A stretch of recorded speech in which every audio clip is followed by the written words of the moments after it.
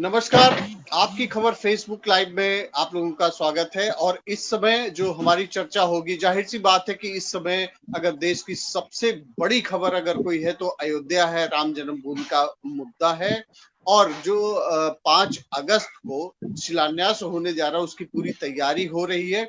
लेकिन आज हमारे जो बिंदु रहेंगे, चर्चा के बिंदु रहेंगे, उसपे केवल और केवल उस पे बात होगी कि अयोध्या जिस तरीके से डेवलप किया है गवर्नमेंट ऑफ इंडिया और स्टेट गवर्नमेंट जिस तरीके से डेवलप कर रही है, इंफ्रास्ट्रक्चर पूरी तरीके से चेंज हो रहा है। एक तरीके से हम कहें कि अयोध्या नए तरीके से बसाई जा रही है और इसका असर क्या वहां के लोगों के पर क्या पड़ेगा, टूरिज्म इंडस्ट्री पे क्या पड़ेगा, वहां के लोगों की आर्थिक स्थिति कैसे सुधरेगी, क्या फर्क पड़ेगा, यूथ जो है किस तरीके से कनेक्ट होगा, इन सब इश्यूज पे चर्चा करने के लिए हमारे साथ में है शिव कुमार द्विवेदी, हमारे एनालिस्ट।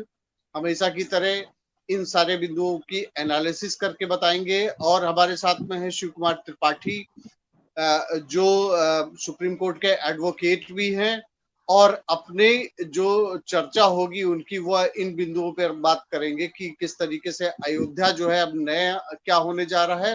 विक्रमवीर शुक्ला है हमारे साथ में, भाजपा के नेता हैं और वह ये बताने की कोशिश करेंगे आपकी खबर के दर्शकों को कि अयोध्या जो नई होने जा रही है उसमें आर्थिक स्रोत कितना बड़ा बन के उभर रहा है। तो सबसे पहले जो हम इस पैनल में लेने जा रहे हैं, शिव कुमार द्विवेदी को लेने जा रहे हैं। लेकिन यहाँ एक बात बताएंगे कि 1 मिनट ही पहले फर्स्ट सेशन में 1 मिनट में ही अपनी बात सारे लोग रखेंगे। पहले शिव कुमार द्विवेदी जी आएंगे, उसके बाद में विक्रमवीर शुक्ला जी आएंगे और फिर शिव कुमार त्रिपाठी जी आएंगे। शिव कुमार त्रिपाठी जी कांग्रेस के भी समर्थक हैं और एडवोकेट भी हैं, तो वह दोनों तरफ से अपने पक्ष रखेंगे क्योंकि कहीं ना कहीं उनकी विचारधारा जो है कांग्रेस से मिलती है। विक्रमवीर शुक्ला भाजपा के नेता है। शिव कुमार त्रिपाठी एक एनालिस्ट के तौर पे बात करेंगे। मेरी उनसे एक रिक्वेस्ट यही होगी कि वह एक निष्पक्ष तौर पे बात करें और जो सही बात होगी वही रखेंगे। तो हमारी चर्चा शुरू होने जा रही है और सबसे पहले आ रहे हैं शिव कुमार द्विवेदी जी। शिव कुमार द्विवेदी जी, अयोध्या नई होने जा रही है, रोजगार के अवसर किस तरीके से पैदा होने जा रहे हैं? धन्यवाद राजू जी। मैं सबसे पहले ये बताना चाहता हूँ कि अयोध्या का जो स्वरूप हमने विगत कई 500 वर्षों से देखा है, आज उसका स्वरूप इतना व्यापक होने जा रहा है कि जिसकी हम कितनी भी प्रशंसा करें कम है। और सबसे बड़ी चीज ये है कि इसके लिए किसको श्रेय दिया जाए, तो ये तो अलग का विषय है, ये पॉलिटिकल विषय हो जाएगा अगर हम कहेंगे कि नहीं इस पर बहुत तेजी से काम हो रहा है। आप देखिए कि अयोध्या को वर्ल्ड क्लास सिटी बनाने की जो योजना है वो बहुत व्यापक पैमाने पे है। और आपसे बता दूं कि न्यू अयोध्या के नाम से घोषणा भी कर दी गई है और अयोध्या को वहां कर आवास विकास परिषद घोषित कर दिया गया। साथ में अयोध्या को लेकर के अभी मैं आपको बता दूं कि जिस राम की पैड़ी पर हम जाते थे, हम भी गए हैं, आप भी गए हैं, उस राम की पैड़ी पर लोग बैठना स्वीकार नहीं करते थे, लेकिन वही राम की पैड़ी आज लोग, आपके मीडिया हाउस के लोग और सारे पत्रकार उसको देख रहे हैं। मैं सिर्फ इतना कहना चाहूंगा कि आपने अयोध्या के अंदर जो पर्यटक की स्थिति है वो बहुत व्यापक पैमाने पर बूस्ट करने जा रही है और मुझे लगता है कि ताज को हम फेल कर देंगे। मुझे लगता है कि जिस तरह काशी विश्वनाथ मंदिर और पर्यटन का जो बहुत बड़ा क्षेत्र था, काशी विश्वनाथ मंदिर था, ताजमहल था और क्या नाम है वृंदावन था, उससे कहीं ज्यादा प्रभावी अगर कोई होगा तो वो अयोध्या होगा, क्योंकि अयोध्या लखनऊ के बहुत करीब है। दूसरी बात, अयोध्या के नया अयोध्या है जो वर्ल्ड फेम सिटी हुआ। समझिए आप, अयोध्या अपने विवाद से ही पूरे दुनिया में जाना गया। और अब सबसे बड़ी चीज ये है कि अयोध्या के अंदर जिस चलिए, प्रकार अभी अभी अंतरराष्ट्रीय अभी अभी अभी चूंकि ये इंट्रोडक्टरी हमारा था, 1 मिनट का सेशन था, तो आपने स्थिति को साफ कर दिया है। अभी हम फिर से आपको जो है कनेक्ट करेंगे, लेकिन अभी इस बिंदु पर अपनी बात रखने के लिए 1 मिनट में हमारे साथ में आ रहे हैं विक्रमवीर शुक्ला, जो भाजपा के नेता हैं, और वह भी बताएंगे कि अयोध्या में जिस तरीके से विस्तारीकरण हो रहा है तो नई अयोध्या वह किस तरीके से लोगों को रोजगार देने जा रही है, आर्थिक क्या चेंज होने जा रहा है अयोध्या की वजह से। जी विक्रम जी। धन्यवाद राजू जी, आपने मौका दिया। सबसे पहले तो मैं ये बताना चाहता हूँ, अयोध्या भारत ही नहीं बल्कि अखिल विश्व में जो है एक अपने नए स्वरूप में, नए रूप में स्थापित होने जा रही है। इसका श्रेय हमारे 500 साल की लड़ाई का, हमारे 500 साल के प्रयास का जरूर जाता है। ये हम लोग बहुत ही सौभाग्यशाली हैं, हम सभी लोग सौभाग्यशाली हैं कि हमारी आंखें इन सब चीजों को देखने जा रही है, ऐसे दृश्य को देखने जा रहे हैं। मर्यादा पुरुषोत्तम भगवान श्री राम का दिव्य मंदिर बनने जा रहा है, दिव्य भवन बनने जा रहा है। तो निश्चय जब मर्यादा पुरुषोत्तम भगवान श्री राम अपने मंदिर में अयोध्या में विराजमान हो जाएंगे तो न ही दरिद्र को दुखी न दीना, कोई दुखी, कोई दरिद्र, कोई दीनहीन नहीं रह जाएगा। तो हमको सर एक ही मिनट में ये बात कह देनी है, एक ही लाइन में ये बात कह देनी है कि अयोध्या ही नहीं, अयोध्या से संपूर्ण विश्व और संपूर्ण भारत को आर्थिक बातें आप कर रहे हैं, ये अयोध्या आर्थिक नई आर्थिक ऊंचाइयों पर सबको लेकर के जाएगा। हर हाथ को रोजगार मिलेगा, जो जिस प्रकार का, और यही नहीं कि जिस तरीके से हम अब रोजगार की बात करते हैं, हम अनाचार और पापाचार के द्वारा अभी उस पे हम डिटेल में चर्चा करेंगे। अभी जब नेक्स्ट सेशन में आएंगे तो हम डिटेल में चर्चा करेंगे। उसमें एक एक पैनलिस्ट के पास में कम से कम 3-3 मिनट का समय होगा। अभी हमारे साथ में जुड़ेंगे शिव कुमार त्रिपाठी जी, और शिव कुमार त्रिपाठी जी, अयोध्या नई होने जा रही, नए तरीके से बसने जा रही, नए रंग रोगन के साथ, नए जोश के साथ बसने जा रही। कितनी उम्मीद आप देख रहे हैं कि नए अयोध्या के साथ में कितने रोजगार के अवसर और पैदा होंगे और आर्थिक रूप से कितनी संपन्नता आएगी, इस बारे में आप क्या कहेंगे? अभी हमारा इंट्रोडक्टरी सेशन में केवल 1 मिनट में आप बात अपनी रखिए, उसके बाद में फिर हम डिटेल में बात करेंगे नेक्स्ट सेशन में। जी शिव कुमार जी। धन्यवाद राजीव जी। आप जानते हैं अयोध्या का वर्णन तो अथर्ववेद में भी किया गया है। ये भगवान के द्वारा बनाई गई धरती है। तो जहाँ पे भगवान ने स्वयं निर्माण किया हो, रहे हो, कार्यक्षेत्र रहा हो, वो धरा कैसे ही जो है डेवलप नहीं करेगी। कभी न कभी उसका मुहूर्त तो आना ही आना था। ये किसी सरकार, किसी पार्टी, किसी की देन नहीं, ये तो स्वयं भगवान की कृपा है कि वो विकास के मार्ग को वो देखना चाहते हैं कि अयोध्या वासी हमारे कुछ खुशहाल हों। अभी जो जिंदगी में जी रहे थे, खुशहाली की जिंदगी उनके सामने आए। इनमें ऊपर वाले की कृपा है, रामचंद्र जी की स्वयं की कृपा है। और आर्थिक विकास का क्षेत्र तो बनेगा ही बनेगा। जब आर्थिक विकास का मेन कारण, जब तक वहां के लोकल लोगों को शिक्षित नहीं किया जाएगा रोजगार के संबंध में, तब तक आर्थिक विकास की कल्पना करना तो आसान है, क्रियान्वयन कठिन है। तो मेरा ये कहना है कि सबसे पहले वहां के रहने वाले निवासियों को इस लायक बनाया जाए कि ये आर्थिक विकास में सहायक हो सके उस अयोध्या के निर्माण में। चलिए, आपने बहुत सही बातें रखी, और अब हमारा नेक्स्ट सेशन स्टार्ट होने जा रहा है, जिसमें डिटेल में पूरी अपनी बात एक एक पैनलिस्ट रखेगा, और उसमें समय सीमा हमारी होगी 3 मिनट की। बाद में फिर 3-3 मिनट के जब सारे लोगों के कंक्लूड हो जाएंगे, उसके बाद में फिर हमारा लास्ट सेशन होगा, वो 2-2 मिनट का होगा। तो अब हमारे नेक्स्ट पैनलिस्ट जुड़ने जा रहे हैं, जो हमारे एनालिस्ट भी है, शिव कुमार द्विवेदी जी। शिव कुमार द्विवेदी जी, ये जो नई तरीके से अयोध्या बसने जा रही है, रोजगार के कितने अवसर आएंगे, इन सारे पे डिटेल में आप अपनी बातें रखें, जो कुछ आपने एनालिसिस किया हो। जी बिल्कुल राजू जी, मैं कहना चाहूंगा कि पर्यटन की दृष्टि से हर एक देश है कंबोडिया। कंबोडिया में आपने दिन सुना होगा कि सबसे बड़ा विष्णु मंदिर है कंबोडिया के अंदर, जहां पर सिर्फ वो विष्णु मंदिर है 7,86,000 स्क्वायर फीट में, और वो विश्व के 3 सबसे बड़े विष्णु मंदिर है। एक कंबोडिया में है, जिसमें हम अक्सर देखते हैं, सुनते हैं, कंबोडिया में लोग जाते हैं।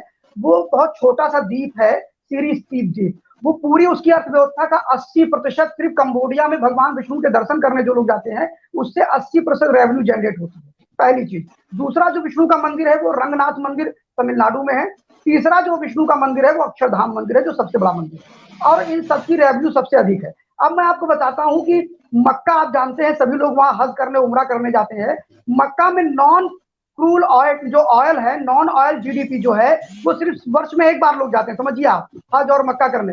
वहां पर 20% उसकी जीडीपी का रेवेन्यू कलेक्ट करता है वो, और 7% टोटल रेवेन्यू कलेक्ट करता है। और मैं आपको बता दूं कि राम जन्मभूमि का जिस प्रकार विस्तार किया जा रहा है, राम जन्मभूमि पे पहले भी अर्थव्यवस्था का केंद्र रहा है, अवध क्षेत्र का खास तौर पर। उसका कारण बताता हूं क्यों रहा है। आपको पता होगा कि राम जन्मभूमि, श्री राम जन्मभूमि जो है, वो प्रतिदिन उत्सव होते हैं वहां पर, प्रतिदिन उत्सव होते हैं, कोई एक दिन नहीं होता। आप उसके आसपास के रहने वाले, आपको पता होगा रामनवमी उत्सव सर्वश्रेष्ठ उत्सव जो पूरे देश में मनाया जाता है, वहां भव्यता से मनाया जाता है, लाखों श्रद्धालु जाते हैं।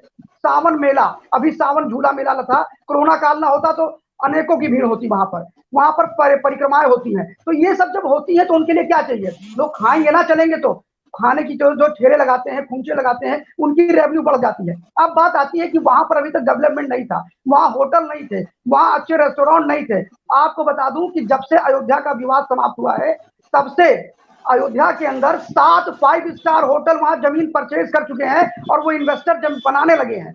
आपको फिर बता दूं कि अंतरराष्ट्रीय हवाई अड्डा अयोध्या के अंदर बनना प्रारंभ हो गया है। आपको फिर बता दूं कि हनुमानगढ़ी तक आने के लिए अयोध्या के बाहर से जो रूट है पूरा, जो बीच से आता है, उसको 4 लेन बनाने का काम चालू हो गया है। आपको फिर बता दूं कि राम की पैड़ी इतनी सुंदर हो गई है जिसको देखने के लिए लोग आ रहे हैं। तीसरी बात, अयोध्या अभी तक सिर्फ विवादों के लिए जानी गई, क्योंकि इस देश में कुछ राजनीतिक दल थे जो सिर्फ विवाद में अयोध्या को खरीदना चाहते थे, इसको बदनाम करना चाहते थे। अयोध्या इसलिए नहीं जानी जाती थी कि लोग उसकी राम की जन्मभूमि थी तो सदियों से लोग जानते हैं, लेकिन उसको बदनाम करने का कोशिश किया गया और लोग अयोध्या आने से डरते थे, पता नहीं कब दंगा हो जाए, पता नहीं कब क्या हो जाए। आज परिस्थिति बदल चुकी है, आज पूरे दुनिया से लोग अयोध्या आना चाहते हैं। इसकी शुरुआत 2017 में योगी आदित्यनाथ की सरकार ने प्रारंभ किया। मैं बताना चाहूंगा कि इससे पहले दिवाली नहीं मनाई जाती थी, एक दिवाली का इवेंट किया गया। मैं कुछ आंकड़ों सही बताना चाहूंगा कि 14,788 विदेशी पर्यटकों ने नॉमिनेशन कराया, यानी ऑनलाइन रजिस्ट्रेशन कराया और 2017 में आए। 2018 में 19,000 तक इनकी संख्या गई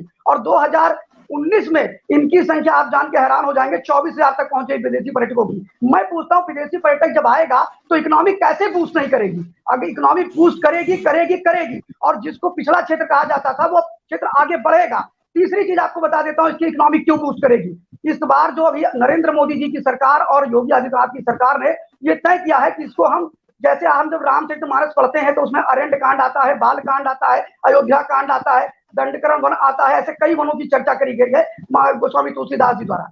उनमें सारे वनों को बसाया जाएगा। जो न्यू अयोध्या के नाम से 231 गांव को एक्वायर किया गया है, जहां पर 1 इंच भी जमीन कोई बेच नहीं सकता है प्रॉपर्टी डीलर, आपको बता दूं ये कह दिया गया है और एक्वायर कर लिया गया है। उसमें जब आप घुसेंगे राजू जी तो आपको जैसे लगेगा कि आप दंडकरण वन में ही आ गए हैं, इतने पेड़ लगाए जाएंगे, ऐसे एक वन से घुसेंगे और दूसरे वन में निकलते चले जाएंगे, मतलब 4 से 5 दिन घूमेंगे, आप नहीं घूम पाएंगे। दूसरी चीज, अयोध्या में हम जब जाते हैं तो पितृ हमारे, जब मेरे पिता नहीं है और सिर्फ कईयों के पिता नहीं होंगे, तो हम जब तर्पण प्रक्रिया में जाते हैं या पिंडदान करने जाते हैं तो प्रक्रिया ये होती है कि पहले अयोध्या पिंडदान करते हैं, फिर बनारस करते हैं, संगम करते हैं, फिर गया जाते हैं। इन प्रक्रिया में भरत कुंड भी एक आता है जहां पे लोग कहते हैं तर्पण करने का लाभ होता है। मैं भरत कुंड नहीं जानता था, ये भरत कुंड गोसाईगंज क्षेत्र में आता है, समझिए आप। ऐसे ही भरत कुंड, शत्रुघ्न कुंड, लक्ष्मण कुंड, गणेश कुंड, ऐसे सारे कुंडों का विकास किया जा रहा है। जैसे डीटीसी बस जो दिल्ली की है वो दिल्ली दर्शन कराती है, ऐसे ही उत्तर प्रदेश सरकार बाकायदा इसके लिए अयोध्या दर्शन के नाम पर बसें चलाने जा रही है। इन सबको एक्वायर किया गया है, इनको बढ़िया उच्च श्रेणी का बनाया जा रहा है। और सब कुछ छोड़ दीजिए, मैं कह रहा हूं सब कुछ छोड़ दीजिए, अयोध्या में जो मंदिर निर्माण हो रहा है, आप मेरी बात समझिएगा, अयोध्या में जो मंदिर निर्माण हो रहा है वो विश्व स्तरीय मंदिर निर्माण हो रहा है। उसको देखने के लिए अगर कंबोडिया का वो जो मैंने विष्णु मंदिर का नाम लिया है, कंबोडिया के अगर विष्णु मंदिर 80% अपनी रेवेन्यू जनरेट कर सकता है तो अयोध्या का यह मंदिर, मैं आपको चैलेंज करता हूं इस चैनल पर आपके, कि आने वाले समय में ताज को पीछे छोड़ देगा अयोध्या। इस देश में कोई पर्यटन क्षेत्र इतना प्रभावी नहीं होगा जितना अयोध्या होगा। और चूंकि अयोध्या बलरामपुर, गोंडा, बस्ती और लखनऊ के आसपास है तो इसका विकास स्वाभाविक है। चलिए, बहुत बहुत बढ़िया, आपने डिटेल में सारी बातें बताई हैं। और अब हम जानना चाहेंगे विक्रमवीर शुक्ला जी से, चूंकि वो भाजपा के नेता भी है, उत्तर प्रदेश में भाजपा की सरकार है। जिस तरीके से अब अयोध्या का विकास किया जा रहा है, इसी के तर्ज पे काशी और मथुरा, इन सब का विकास पहले से हो चुका था, उस पर ऑलरेडी काम हो चुका था, लेकिन अयोध्या अछूता क्यों रहा अभी तक? इस बारे में हम जानना चाहेंगे कि अब जो काम किए जा रहे हैं, क्या पहले की सरकारों के द्वारा नहीं किया जा सकता था? मान लीजिए राम मंदिर आज बनने जा रहा है, उसके वजह से डेवलपमेंट होगा, लेकिन अयोध्या तो वर्ल्ड लेवल पे जाना जाता था। अगर अट्रैक्ट किया जाता है इस तरीके से, सेंट्रल गवर्नमेंट के द्वारा भी अट्रैक्ट किया जाता, तो आज हो सकता है स्थिति भिन्न होती, अब तक अयोध्या डेवलप हो गई होती। आज तो केवल राम जन्मभूमि जो है वहां मंदिर बनने जा रहा है, 1+ डेवलपमेंट होने जा रहा है, लेकिन इसके पहले भी तो ऐसा तो है नहीं कि अयोध्या लोग जानते नहीं थे। तो ऐसा क्या हुआ था कि अभी तक कोई काम नहीं हो पाया था? जी बहुत शुक्ला ही जी। अच्छा राजीव जी आपने उठाया है, बहुत ही अच्छा उठाया है। आज तक जितनी भी सरकारें आई, लोग ये तो जरूर कहते हैं कि भारतीय जनता पार्टी ने जैसे टेंडर ले रखा है कि हम ही भारतीय जनता पार्टी के लोग भगवान मर्यादा पुरुषोत्तम श्री राम का मंदिर बनाएंगे, अयोध्या का विकास करेंगे, अयोध्या में जो है नई अयोध्या का निर्माण करेंगे, ये सारी चीजें। लेकिन आपको एक तरफ और भी ये चीजें देखनी होगी कि जितने भी सरकारें आई उन्होंने तुष्टीकरण की नीति अपनाई अपनी शासन सत्ता को बचाने के लिए। हालांकि ऐसा कुछ नहीं है। देखिए, भारतीय जनता पार्टी की प्रचंड बहुमत की सरकार बनी है और केंद्र में भी बनी है और राज्य में भी बनी है, लेकिन इसमें ऐसा कहीं नहीं, तुष्टीकरण में शामिल लोगों का इसमें कोई योगदान नहीं है, ऐसा कुछ। अगर मर्यादा पुरुषोत्तम भगवान श्री राम और अयोध्या के विकास पे सारे लोगों ने तमाम चीजों को ध्यान न रखते हुए केवल सिर्फ एक चीज का ध्यान रखा होता कि हमें मर्यादा पुरुषोत्तम भगवान श्री राम की राम जन्मभूमि पर दिव्य मंदिर और भव्य मंदिर बनाना है, अयोध्या का विकास करना है, और भगवान राम जो मर्यादा पुरुषोत्तम भगवान है, श्री राम है, वो सबके राम, एक के राम नहीं। आज पूरी दुनिया मर्यादा पुरुषोत्तम भगवान श्री राम के आदर्शों को मानती है। उनके द्वारा अपनाए गए जीवन में एक भी रास्ते पर अगर हम चल देते हैं तो अपना जीवन और आने वाली पीढ़ियों का भी जीवन धन्य कर देते हैं। तो इसमें कोई दो राय नहीं है कि अगर अन्य पिछली सरकारों ने जिस तरीके से आज भारतीय जनता पार्टी और केंद्र में जो भारतीय जनता पार्टी की सरकार है, हमारे माननीय प्रधानमंत्री और उत्तर प्रदेश के यशस्वी मुख्यमंत्री ने जो ऐतिहासिक कार्य किया है, जो अखिल विश्व में मर्यादा पुरुषोत्तम भगवान श्री राम का मंदिर निर्माण करा करके और अयोध्या के विकास की बात न करके केवल चारों तरफ आप देख रहे हैं अयोध्या में विकास की ही गंगा बह रही। आज इंटरनेशनल एयरपोर्ट बनने जा रहा है, आज बड़े बड़े होटल बनने जा रहे हैं। भारत ही नहीं, दुनिया के तमाम बड़े बड़े जो उद्योगपति हैं वो ये चाह रहे हैं कि अयोध्या में हमें थोड़ा सा कहीं भूमि का भूखंड मिल जाता। अभी द्विवेदी जी ने बताया है कि कितने सैकड़ों गांव में जो उत्तर प्रदेश की गवर्नमेंट ने जमीन की बिक्री पर रोक लगा दी है। क्यों? क्योंकि आज सरकार स्वयं विकास कराना चाहती है, सरकार स्वयं इसमें शामिल हो गई है।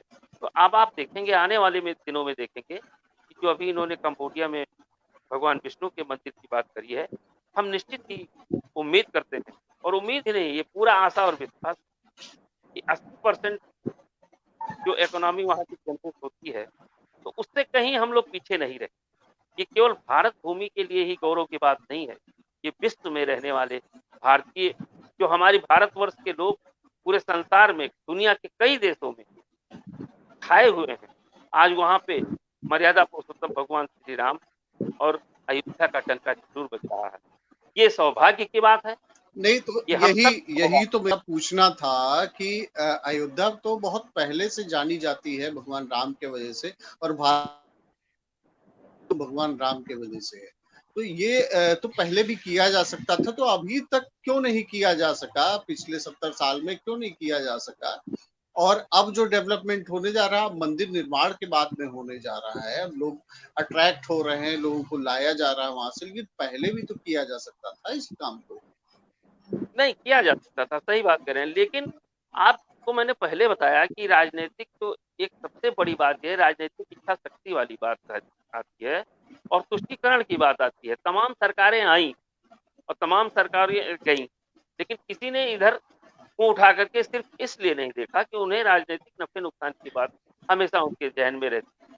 लेकिन भारतीय जनता पार्टी सरकार जब से आई, आपने देखा होगा माननीय कल्याण सिंह जी ने क्या कहा था कि मेरी सरकार रहे या इसी समय चली जाए, मैं भगवान मर्यादा पुरुषोत्तम श्री राम के मंदिर निर्माण के लिए जान हथेली पर लाए हुए कार्य सेवकों को नहीं रोका।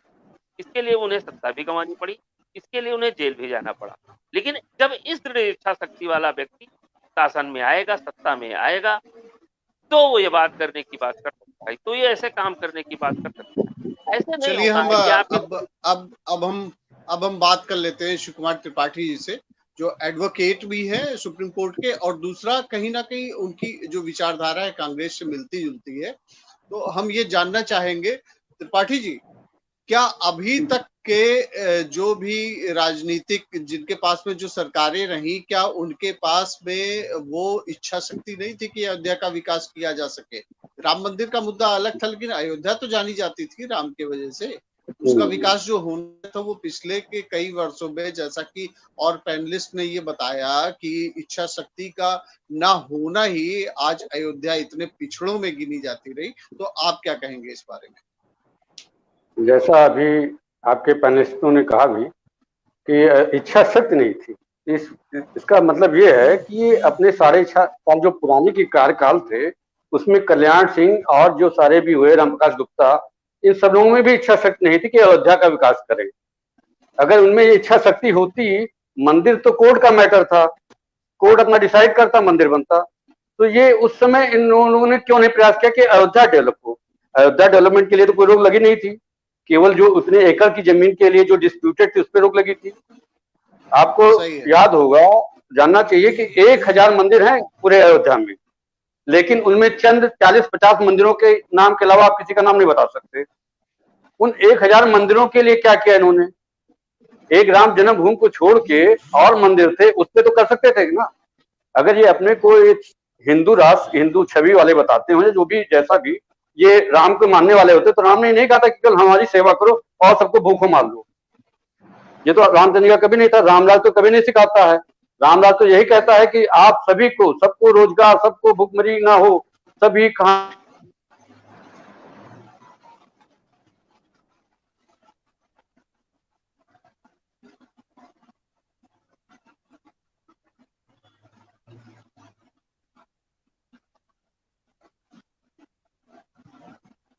जो है राम राज्य को ही।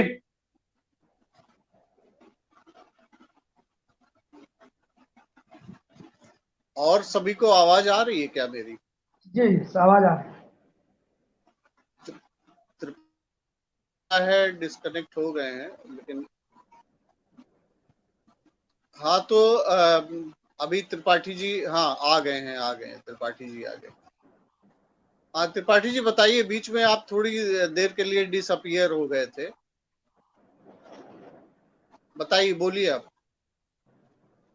बनाने की नीयत, ये भी आपने कहीं सुप्रीम कोर्ट में कोई ऐसा हलफनामा नहीं दिया था सरकार ने या भाजपा ने कि मंदिर बनाया जाए। ये तो सुप्रीम कोर्ट का अपना अधिकार था, उन्होंने अपने अधिकार को किया कि मामले को निपटाया जाए। ये भगवान की आस्था का और लोगों के धर्म का आस्था की बात है, और इस पे जो भी हो सच्चाई सामने आ जाए, उस आधार पर निर्धारित हुआ। लेकिन ये कहीं नहीं था कि आप कहीं विकास ना करें। आप जो बता रहे हैं 267 गांव ले लिए गए, इतने होटल बन गए, ये क्या पहले प्रयास नहीं किए जा सकते थे? क्या इनको विश्वास था कि मंदिर वहां नहीं बनेगा? जब मंदिर बन गया तो बिजनेस के पर्पज से सोचने लगे। इसका ये मतलब तो नहीं हुआ। आपको विकास करना चाहिए, आपको पहले उसको अयोध्या डेवलपमेंट अथॉरिटी बनाना चाहिए। आपकी वो सड़कें जो पहले थी पहले से डेवलप करनी चाहिए। आपको बताएं कि जो अनुराधा चौधरी थी, सबसे पहले उन्होंने ही जो वो ये हर की पैड़ी, जो राम की पैड़ी बता रहे हैं, सबसे पहले उन्होंने ही डेवलप शुरू कराया था जब वो पीडब्ल्यूडी और इरिगेशन मिनिस्टर थी। ये जो कहने की विपक्ष की सरकारों ने नहीं किया, किसी ने किया नहीं, तो ये डेवलप कैसे हुआ? और आप बता रहे हैं बनाने के बाद तो सभी बना लेते हैं, और अब तो बिजनेस की बात आ गई है तो सारे आ जाएंगे उद्योगपति यहाँ पे। लेकिन जब तक यहाँ का इंफ्रास्ट्रक्चर इस मामले में नहीं ठीक होगा कि जो रोजगार पाने वाले वहाँ के लोकल हैं उनको आप तैयार नहीं करेंगे, वहां पे 3 चीजें बहुत जरूरी हैं। पहली तक तो आपको अट्रैक्ट करना पड़ेगा, वहां के लोगों को अट्रैक्ट करना पड़ेगा और बाहर के लोगों को अट्रैक्ट करना पड़ेगा। हालांकि उसके लिए रामचंद्र जी ही इतने पर्याप्त हैं कि सारे श्रद्धालु तो वैसे ही आने हैं विश्व से, उसमें तो कोई शक की बात नहीं। दूसरी बात, एसेसिबिलिटी होनी चाहिए आपको। तो पहले भी राम जन्मभूमि तो पहले से था वहां पे। हाँ तो वही तो हम कह रहे हैं ना, कोई डेवलपमेंट पहले से क्यों नहीं किया गया? है कि और दो चीजें हैं, पैनलिस्ट पूछ रहे हैं कि पहले से क्यों नहीं किया गया 64 साल में। नहीं तो इनकी गवर्नमेंट थी, इन्होंने क्या किया 6.5 साल में, ये भी तो बताएं। मान लीजिए सारी गवर्नमेंट नाकारी थी, जो अच्छी गवर्नमेंट आई है इसने 6.5 साल, उसके पहले गवर्नमेंट थी, कल्याण सिंह की गवर्नमेंट थी, रामप्रकाश गुप्ता जी थे, राजनाथ सिंह जी थे, उस समय वो क्यों नहीं बनी, डेवलप हुई? केंद्र में भी सरकार थी 6.5 साल थी। आपको ये बताना चाहिए कि केवल आप पुराने का नेहरू ने ये किया। दूसरी चीजें ये सुन लीजिए, 3 चीजें और जरूरत है। आपको पहले वहां रहने की व्यवस्था करनी पड़ेगी, खाने की व्यवस्था करनी पड़ेगी, लोगों को सेफ्टी कैसे, सेफ्टी आज देख लीजिए यूपी में क्राइम रेट कितना बढ़ गया है। कौन आएगा अपने यहाँ बिजनेस करने, किसको क्या सिक्योरिटी दी जा रही है, पहले इन सारी सुविधाओं को देखना पड़ेगा। आपको सारी चीजों के आप क्राइम रेट देख लीजिए, एनसीआरबी का डाटा देख लीजिए कि यूपी में क्राइम महाराष्ट्र से भी ज्यादा है, नंबर 1 पे चल रहा है। दूसरी चीजें आप ये देख लीजिए, यहाँ पे इनको सेफ्टी सिक्योरिटी, हर किसी को सिक्योरिटी। अगर आपका छोटा बिजनेस है, आप रेडी वाले को डंडा मार के भगा दोगे तो रेडी लगाएगा क्या? आप जो है सारी चीजों पे जब ध्यान देंगे, आपने देखा होगा कि वहां 370 हट गया अगर कश्मीर में, तो अगर वहां पे सेफ्टी सिक्योरिटी नहीं, आज उसी वजह से वहां टूरिस्ट का बिजनेस कितना घट गया, 86% टूरिस्ट का बिजनेस वहां घट गया। तो पहली प्रायोरिटी आप सेफ्टी सिक्योरिटी और सैनिटाइजेशन और सारी चीजों का, लैंड और खाने की व्यवस्था करना पड़ेगा। और लोकल लोगों को आपको समझाना पड़ेगा कि अगर बाहर से कोई आता है, ये नहीं कि बाहर की कंपनियां अंबानी अडानी के आ गई है, होटल डाल दिया तो वहां के लोगों को रोजगार नहीं मिलेगा, जब तक उन लोगों के लिए भी प्रॉपर आप नहीं ट्रीटमेंट करेंगे कि इनको कैसे अरेंज किया जाए, इनके लिए क्या किया जाए। चंद बाहर के 10 उद्योगपति आके कब्जा कर लो, उस चीज को देखते हुए वाकई में बहुत ही मतलब मजबूत इसमें पॉइंट्स कहे हैं कि सबसे बड़ी चीज होती है सिक्योरिटी। और जो कुछ आपने इसमें बातें कही हैं, अभी चूंकि वो सवाल रहा है भाजपा से, तो विक्रमवीर शुक्ला जी आप ये बताइए कि सिक्योरिटी के लिए जैसा कि अभी त्रिपाठी जी ने बताया कि सिक्योरिटी के मामले में उत्तर प्रदेश पिछड़ता जा रहा है, क्राइम रेट बढ़ता जा रहा है, एनसीआरबी के आंकड़े बता रहे हैं और ये लोग आश्वस्त नहीं हो पा रहे हैं, तो कैसे कोई इन्वेस्ट करेगा?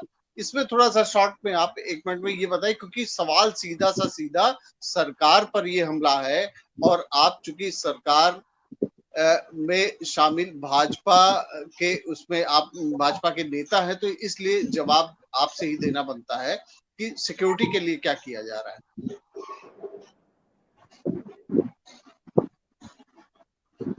त्रिपाठी जी की चिंता जायज है।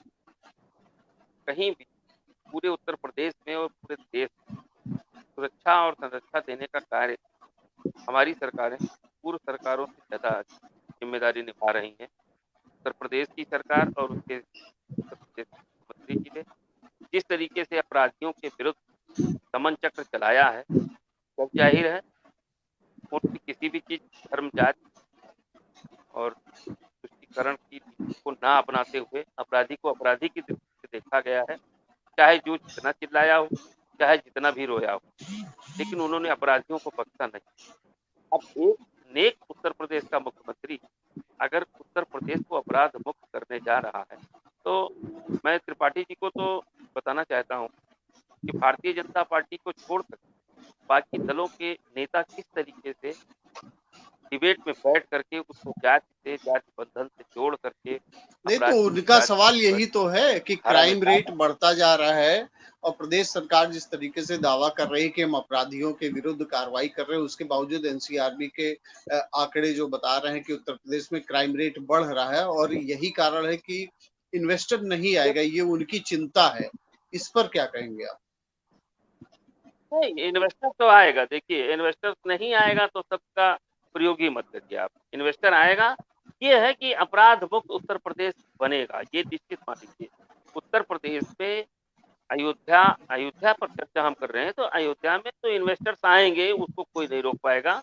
और दुनिया में आप ये जिस तरीके से अभी द्विवेदी जी ने कहा है कि 80% कंबोडिया में वहाँ की इकोनॉमी का, हमें लगता है चलिए फिलहाल जब आप आश्वस्त कर रहे हैं, शिव कुमार त्रिपाठी जी बार बार जो है उस पर रिस्पॉन्ड करना चाहते हैं, हम उनसे केवल इस बात में जवाब लेके और उसके बाद में पूरी एनालिसिस, चूंकि शिव कुमार द्विवेदी जी ने काफी इस पे स्टडी करके एनालिसिस किया है, तो पहले त्रिपाठी जी की हम बात सुन लेते हैं कि आपके आश्वस्त से वो कितने आश्वस्त हैं, क्या उनको भरोसा है कि लोग आएंगे? हाँ त्रिपाठी जी बताइए। जो मेरा ये कहना है कि अभी शुक्ला जी कह रहे थे अपराधी चाहे जितना रोएगा और चाहे जितना भी करेगा उनके खिलाफ कार्रवाई होगी। एक अपराधी तो पार्लियामेंट में भी रोया था, जो आज चीफ मिनिस्टर है, वो भी वहां पे रोया था कि मैं तो राजनीति ले लूंगा, मैं संन्यास में साधु पे सारा हो रहा है। उन्होंने भी अपना केस वापस ले लिया।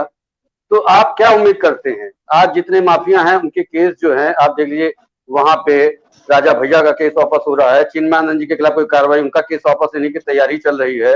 आप देखिए सेंगर जी का केस वापस होने की तैयारी में उनके खिलाफ कोई कार्रवाई नहीं हो रही है। जब सुप्रीम कोर्ट का डंडा पड़ता है तब जाके कोई एक्शन होता है। और आप ऐसे सारी चीजों को देखते हुए हमें नहीं लगता है कि ये प्रशासन निष्पक्ष होके जो है सुरक्षा प्रदान कर पाएगा। और जब सुरक्षा अगर नहीं मिलती है तो विकास संभव नहीं है। आपने देखा इन्होंने पहले 2 साल पहले समिट भी कराया था विकास के नाम पर कि यहाँ पे डेवलपमेंट कराया जाएगा, ये बिजनेस आएगा। हमें तो नहीं लगा कि कोई बिजनेस यहाँ पे अभी तक सेटअप हो पाया। और जो ऊंची ऊंची बातें की जा रही हैं, अगर आप धरातल ही कमजोर है तो आप सारी हवाई किलाएं बनाते रहो, उससे कोई फायदा नहीं है। उन किलाओं का कोई वैल्यू नहीं जब तक आपकी जमीन मजबूत नहीं है, सुरक्षा और चलिए, व्यवस्था सुरक्षित नहीं होगी वो तब तक ये सारी अभी आप आश्वस्त नहीं दिख रहे हैं।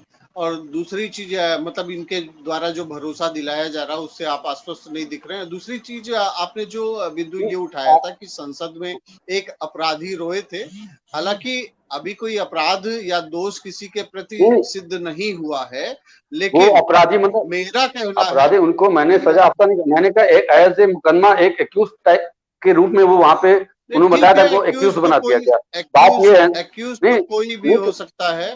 नहीं तो मेरा यही मानना है कि आप अपना केस विड्रॉ क्यों कर रहे हैं। सुप्रीम कोर्ट ने भी इसमें जानना चाहा कि आप केस विड्रॉ क्यों कर सकता है। मेरा तो कहना ये है कि केस तो सभी को मौका मिलना चाहिए कि अगर वो दोषी नहीं है अपने अपराध जो उनको अपने को प्रूव करना चाहिए। अगर वो निर्दोष थे उनको जो है सक्षम प्रक्रिया से निर्दोष साबित होना चाहिए था, उसमें किसी को आपत्ति नहीं है। जो भी निर्दोष छूट जाते हैं उनके खिलाफ कौन कहता है कि जो है आप न्यायिक प्रक्रिया की तरफ से निर्दोष हो।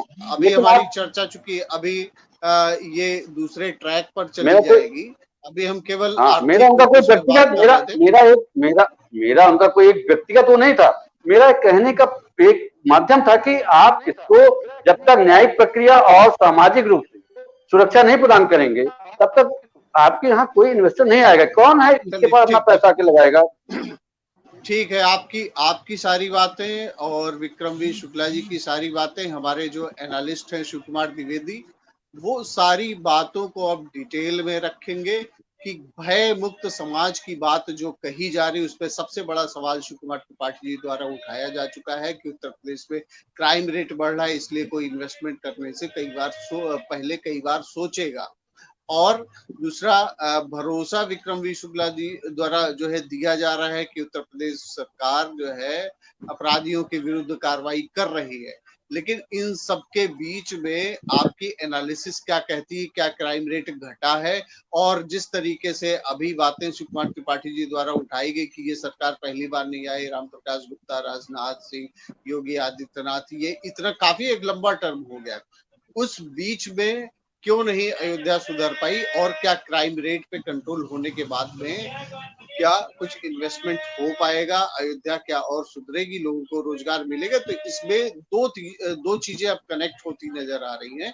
एक तो जो अपराध मुक्त की बात कही जा रही है, क्राइम रेट बढ़ने की बात कही जा रही है, उसके साथ में रोजगार भी जुड़ा हुआ, चूंकि वो दोनों एफिलिएटेड है। उस पर आप पूरी एनालिसिस करके डिटेल में बताएंगे और उसके बाद में फिर हम 30 सेकंड में अपने पैनलिस्ट की बात को सुनेंगे और फिर चर्चा को कंक्लूड करेंगे, क्योंकि काफी लंबा ये खिंच चुका है। शिव कुमार द्विवेदी जी, अपनी बात है, आपने चूंकि सारे लोगों की बात सुन ली है, अब आप अपनी बात रखें।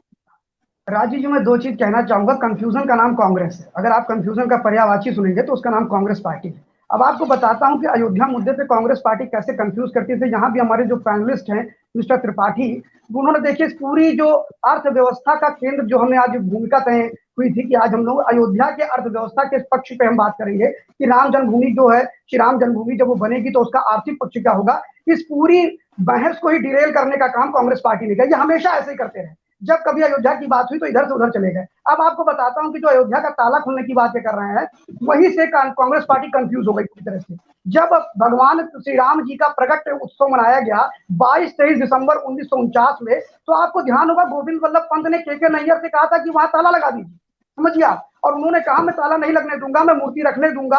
और उसके बाद उन्होंने बाकायदा रिजाइन किया। और इस कांग्रेस की पार्टी की सरकार थी, इतनी कंफ्यूज थी, चाहती तो ये भारतीय जनता पार्टी के कमर तोड़ सकती थी, उन्हें खत्म कर सकती थी। राम मंदिर का शिलान्यास स्वयं राम मंदिर बना सकते थे, उसी समय उसका कंक्लूजन कर सकते थे। लेकिन इन्होंने क्या किया, कि बिना आदेश के, आप समझिए, वहां पर ताला लगाया। 1986 में जब वो ताला खुला तो आपको पता है किस बेस पे खुला? जो कांग्रेस पार्टी के लोग बड़ी तालियां बजाते हैं, अरे इनको तो शर्म से चुल्लू भर पानी में डूब के मर जाना चाहिए कि जब एक वकील पांडे थे, उन्होंने कोर्ट में पिटीशन दाखिल किया निचली अदालत में और कहा साहब ये ताला खुलना चाहिए। उन्होंने कहा क्यों खुलना चाहिए?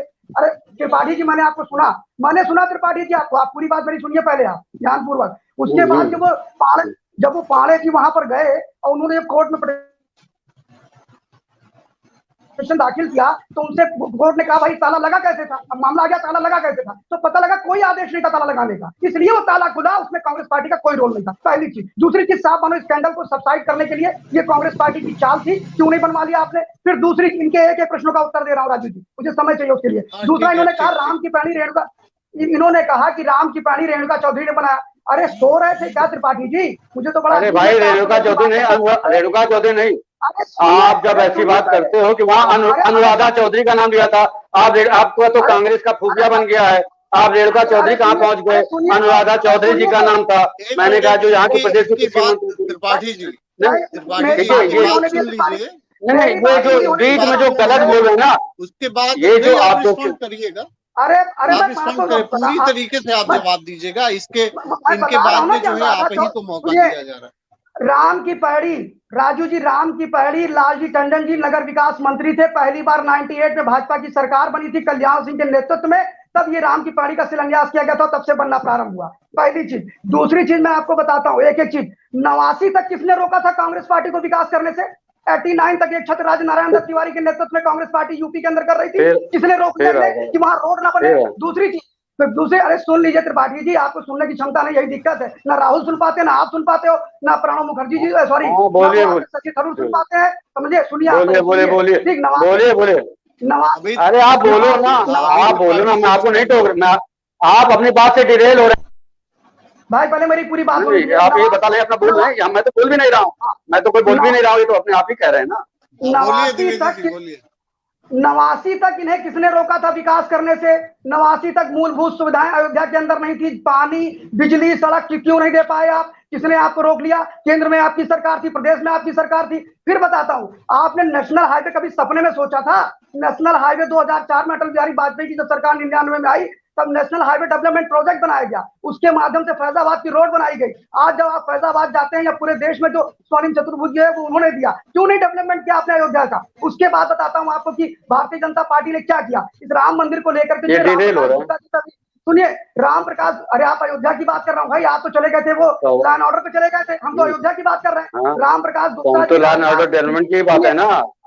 अरे सुनिए तो भाई, फिर नहीं धैर्य रख पा रहे यार, धैर्य रखो थोड़ा, बता दो रहे अभी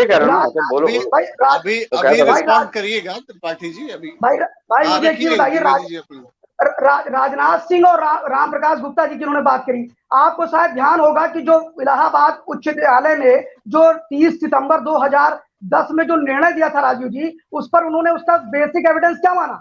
बेसिक एविडेंस वो माना जब 2002 से लेकर के जब राजनाथ जी की सरकार थी और 2003 तक अगस्त से लेकर के अगले साल सितंबर तक खुदाई की गई थी एएसआई की, तो किसने किया था? अरे वो छोड़िए, खाली रोजगार पे बात करिए। रोजगार ये रोज तो कह रहे हैं, ये ऐसे ही पहुंच जाते हैं तो फिर बाद में कहते हैं विरोध करते हैं, गलत वे पे चले जाएंगे तो वो कहेंगे कि रॉन्ग वे चले गए हैं, तो फिर जो है और जो त्रिपाठी जी रोजगार तो कुछ बताया नहीं अभी, क्या बताया कि रोजगार कैसे आएगा इसके बारे में नहीं बता रहे हैं, ये बता क्या रहे हैं वो आप सोचिए, ये तो खाली डिपेंड कर रहे हैं, रोजगार के बारे में बता रहे हैं। सुनिए रोजगार कैसे, सुनिए त्रिपाठी जी, रोजगार कैसे आएगा ये तो राहुल गांधी जी बता चुके कि आलू डालेंगे सोना निकलेगा, वो हम नहीं बता रहे हैं। हम ये बता रहे हैं कि ये हम भी जानते हैं कि प्रधानमंत्री जी ने बताया था कि नाले के किनारे लगा लो, गैस का पाइप लगा लो, चाय बनाओ, पकौड़ा बेचो, उन्होंने पकौड़े का रोजगार बताया था, ये अपने भी हम जानते हैं और अभी भी सब बता रहे हैं कि जो है ये रोजगार बता, अभी भी बता रहे हैं, भाभी जी का पापड़ खा लो करूंगा फिर हो जाएगा, अभी भी नहीं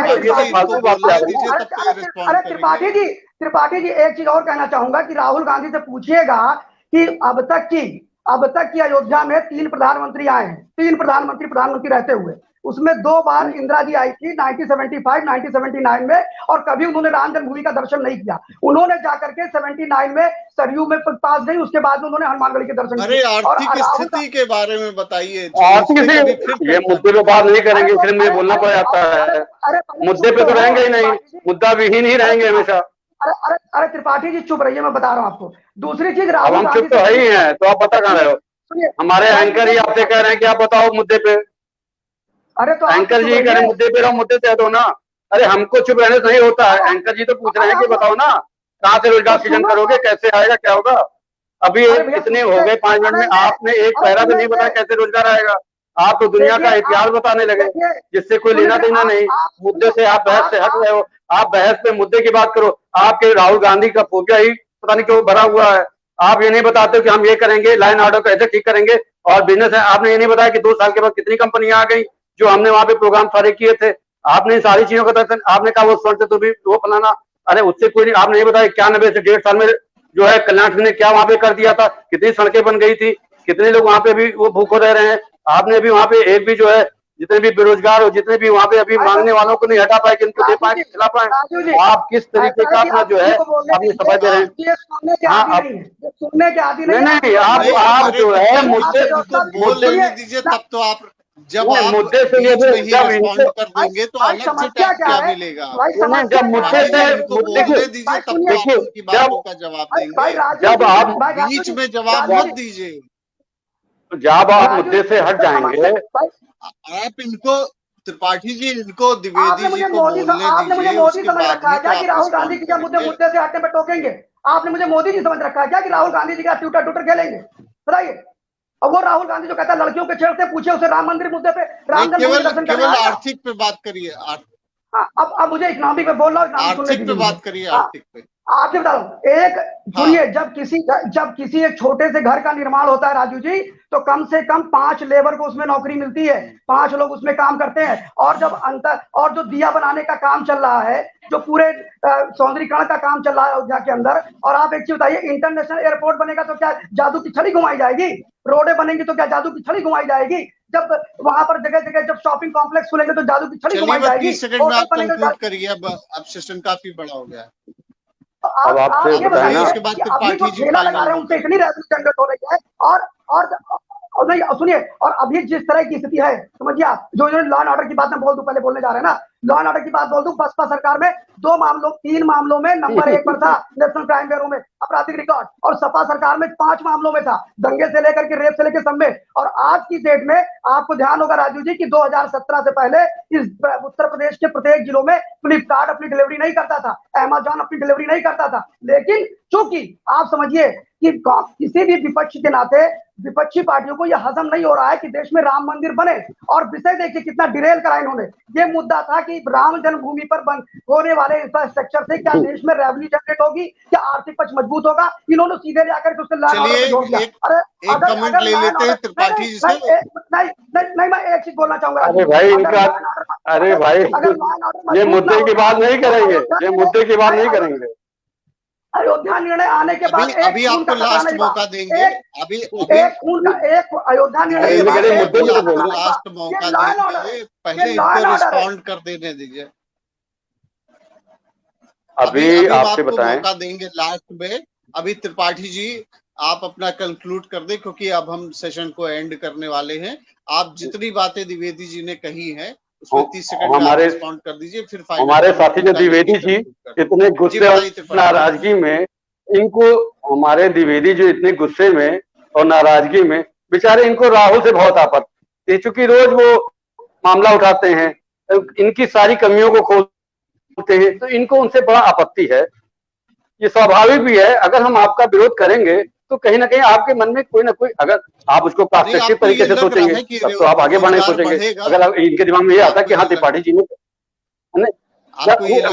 मैं उसी के बारे में आ रहा हूँ। मैं ये कह रहा हूँ कि अगर सारी सुविधाएं, मैं तो यही कह रहा हूँ, मैं उसी पे आ रहा हूँ। ये बात तो समझ नहीं रहे, इनको तो फोबिया भरा हुआ है। इनको कांग्रेस से ये वो हो गया कि इनको ये लगता है कोई इनको राय देगा, इनको राय नहीं लेना है। जो ये राय दें वो आप सही मानो, बाकी कोई इसमें राय देने वाला नहीं। इनको ये पता होना चाहिए कि जब लॉ एंड ऑर्डर पर, अभी आपको पता होगा कितने पत्रकारों की हत्या हो गई यूपी में, ये भी आपको पता होगा। आपको ये पता होगा पर डे 11 मर्डर हो रहे हैं यूपी में, पर डे 11 मर्डर हो रहे हैं। जहां पे ऐसी सिचुएशन हो, लाइन ऑर्डर की सिचुएशन इतनी पुअर हो, वहां पहले होते थे तो कहाँ, जहां पे भी होते थे वहां पे डेवलपमेंट नहीं होता था। अभी देख लीजिए कानपुर का बिजनेस क्यों चौपट हो गया, कानपुर को इंडिया का मैनचेस्टर कहा जाता था, आपको याद होगा, सारे बिजनेस थे। आज उसी क्राइम की वजह से कानपुर से बिजनेस सारे चले गए, नोएडा में क्राइम होने लगा तो वहां से बिजनेस शिफ्ट होकर आगे जाने लगे। आपने देखा होगा कि क्राइम बढ़ने से बिजनेस पे ही फर्क पड़ेगा, और रोजगार कब सृजन होगा, जब बिजनेस स्टेब्लिश होंगे, लोगों को पैसा लगाने में विश्वास जमेगा। अब जब लोगों को कल आपको 1 करोड़ रुपए लगाना है तो आप पहले सोचो कि मेरा 1 करोड़ सेफ रहेगा कि नहीं रहेगा, मेरे लोग सेफ रहेंगे कि नहीं रहेंगे, मेरा बिजनेस। मतलब जब इन सारी चीजों पर आप ध्यान नहीं दोगे, मतलब आपको और अगर इन सारी चीजों की, मेरा कहना है ऑर्डर की कि अगर इन सारी यूपी में बहुत अच्छी नहीं, इसलिए इन्वेस्टमेंट अभी जो है बहुत नहीं सोचा जा सकता है। और जैसे लाइन ऑर्डर ये अगर अपना दुरुस्त कर ले जाते हैं, मुझे कोई आपत्ति नहीं है, बिजनेस आप अपने आप ग्रो करेगा, लोग डेवलप करेंगे, अपने आप ही सारी चीजें होंगी, लोगों में अपना विश्वास पैदा होगा, और सही कहना है। अब द्विवेदी जी आप फाइनल अपना कमेंट देते हुए 30 सेकंड में, और उसके बाद में मैं कंक्लूड कर दूंगा, बहुत काफी लंबा डिस्कशन खींच गया ये। द्विवेदी जी बताइए आप सारी, अब आपको फाइनल अपना देखिए, पूरी तरह से मैं ये कहना चाहता हूँ कि कांग्रेस के पास एक अच्छी अपॉर्चुनिटी थी, वो सब कुछ कर सकती थी, वो राम मंदिर के केंद्र बिंदु बना सकती थी। दूसरी चीज, कांग्रेस पार्टी ने 89 तक क्या क्या मैं पूछता हूँ भाई, बहुत लंबा एरिया था, उस समय विकास कुछ नहीं हुआ। दूसरी बात, अगर आपके पास इतने ही मुद्दे थे तो 2017 जो इनकी चिंता है उसको दूर करिए कि लॉ एंड ऑर्डर, नहीं मैं लॉ एंड ऑर्डर अगर सही नहीं होगा तो इन्वेस्टमेंट होगा, ये इनका कहना है, ये चिंता दूर। मैं सुनिए लॉ एंड ऑर्डर ठीक नहीं था, फिर भी सैमसंग ने यहाँ पर एक इतना बड़ा अपना इन्वेस्टमेंट कर दिया नोएडा में आकर के। लॉ एंड ऑर्डर ठीक नहीं था, फिर भी सिल्वर लिए ने अपना इन्वेस्टमेंट कर दिया इंडिया में, मतलब उत्तर प्रदेश में आकर के।